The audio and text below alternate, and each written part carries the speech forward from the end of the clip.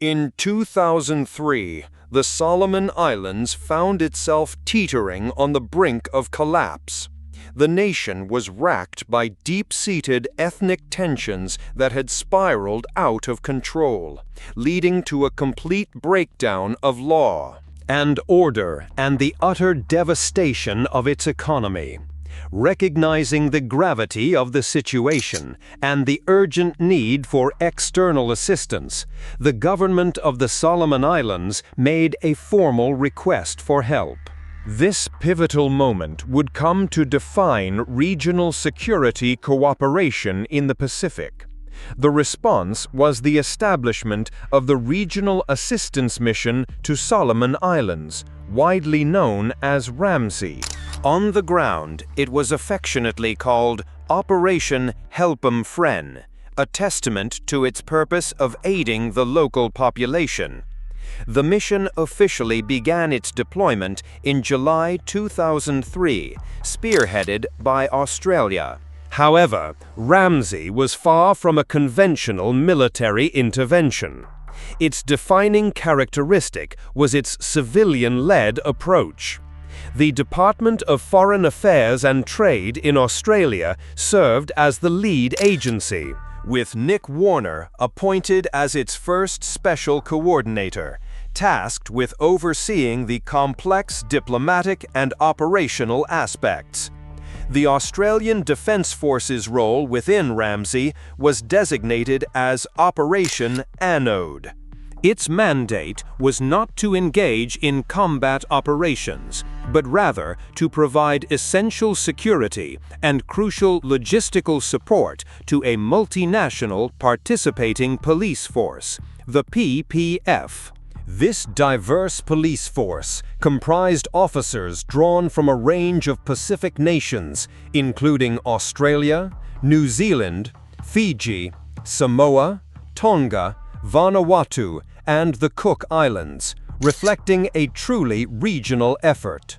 The initial commitment from the Australian military was substantial, involving approximately 1,500 personnel from the Navy, Army, and Air Force. By early September 2003, this contingent had expanded into a broader regional military coalition force, numbering around 2,000 personnel. This formidable military component, operating under the designation Combined Task Force 635, included soldiers from Australia, New Zealand, Fiji, Papua New Guinea, and Tonga. Their paramount and most critical initial objective was to create the secure environment necessary for the police to effectively restore civil order. This involved the crucial task of disarming the militant groups that had effectively paralyzed the nation and held it hostage. The core strategy employed to achieve this was a nationwide gun amnesty program. The success of this initiative was both immediate and profoundly decisive. The military component played a vital role in securing the collection and subsequent destruction of an astonishing 3,730 weapons. This significant haul included 700 military-style firearms and an immense quantity of over 300,000 rounds of ammunition. Remarkably, all of these weapons were voluntarily surrendered by the militants, a testament to the effectiveness of the amnesty and the perceived legitimacy of the mission.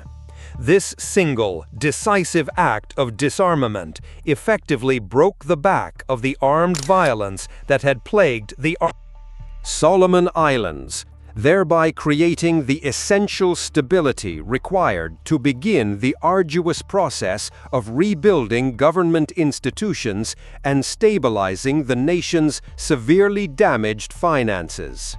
Over the subsequent decade, the commitment to the Solomon Islands continued, with more than 7,000 Australian Defence Force members, including a significant 2,122 reserve personnel, serving tours of duty in the country. With its primary security objectives successfully met and the nation on a path to recovery, the military involvement under Operation Anode officially concluded on September 30, 2013. The final contingent of Australian military personnel returned home on August 1st of that same year, marking the end of a significant chapter.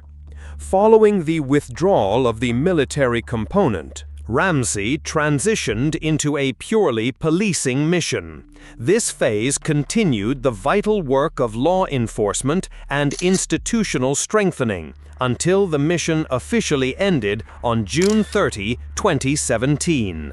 After nearly 14 years of dedicated effort, the mission was deemed complete, having achieved its overarching goals. Operation Anode, as part of the broader RAMSI, stands today as a powerful and instructive example of modern statecraft. It demonstrated the efficacy of a civilian-led, police-focused intervention, where military power was employed with remarkable precision and restraint.